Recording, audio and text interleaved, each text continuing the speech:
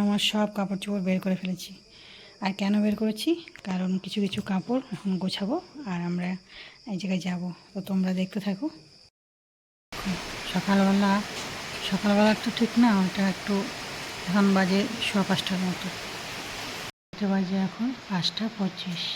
রান্না হচ্ছে ম্যাগি, বসিয়েছি ভাত আর হবে ডিমের অমলেট। যে শোনো আমার ঘুম থেকে উঠে গেছে, এখন বাজে 6:20 আর ঠান্ডায় ঠকঠক করে কাঁপছে। তো নানু বাড়ি যাচ্ছে আর আমাদের ব্যাগপত্র গোছানো হয়ে গেছে। এখন আমরা বৃষ্টি পড়ছে, বৃষ্টির মধ্যে বেরিয়ে যাব ঠাকুরের নাম নিয়ে। এই যে শোনো আমার বাসে বসে পড়েছে।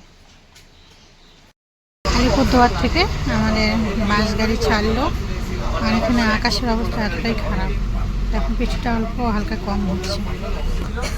আর সোনামা অনেক ভোরবেলা উঠেছে, সোনামা এখন ঘুমোচ্ছে একটু। আমাদের আলিপুর আর কোচবিহারের অবস্থাটা একবার দেখো, পুরো বন্যা হয়ে গেছে চারিদিকে জলে জল। সোনামা ঘুম থেকে উঠে গেছে, এখন ম্যাগি খাচ্ছি।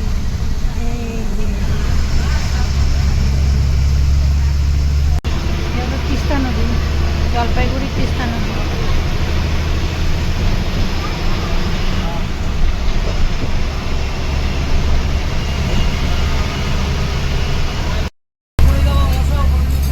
আমাদের গাড়ি শিলিগুড়িতে ঢুকছে আর এখন হালকা হালকা রৌদ্র হচ্ছে।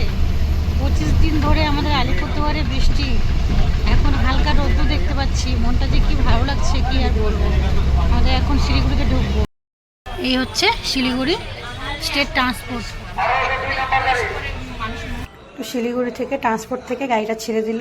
আর এই যে চা বাগানগুলো তো দেখতেই পাচ্ছ। শিলিগুড়ি থেকে আমরা অনেকক্ষণই বেরিয়ে গেছি, তারপরে ইসলামপুরে পৌঁছে গেছি। ইসলামপুরে এসে পেয়ারা মাখা না খেলে হয়, পেয়ারা মাখা অবশ্যই খেতে হবে। তারপরে দেখো আমরা এখন রায়গঞ্জে ঢুকে গেছি আর সোনামা দেখো কতটা ক্লান্ত হয়ে গেছে। আর আমরা শেষমেশ বাড়িতে পৌঁছে গেলাম। তো আজকের ভিডিওটা আমাদের কেমন লাগলো অবশ্যই তোমরা কমেন্টে বলবে। ভালো থাকবে, সুস্থ থাকবে। এরপরে আবার একটা নতুন ভিডিও নিয়ে আসবো। আর অনেক আওয়াজ হচ্ছে কারণ বাপের বাড়ির সামনেই রাস্তা, তো তোমরা কিছু মনে করো না। আজকের মতো টাটা।